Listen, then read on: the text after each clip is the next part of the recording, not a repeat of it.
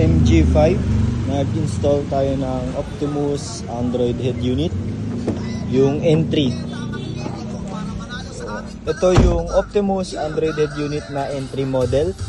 Then sino mo nakakanta? Illuminate. ayan, nagpi-play ng YouTube.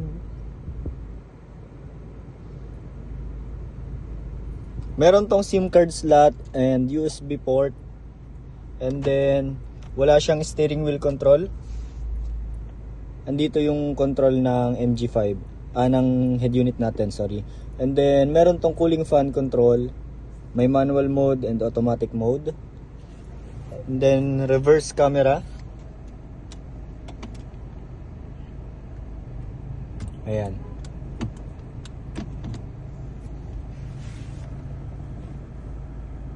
May radio rin to. Meron tong Android Auto and Apple CarPlay wireless connection. At the same time, meron tong DSP or equalizer na built-in. Meron din siyang Google Play Store, may Netflix, Prime Video, YouTube, Maps, Waze. Same as a regular Android head unit. So walang pinagkaiba, specs lang halos po. And then Google Play Store, pwede ka rin mag-download ng iba't ibang application. Split screen function, meron din siya. So hindi nagpa 360 yung customer. Bluetooth music, pwede.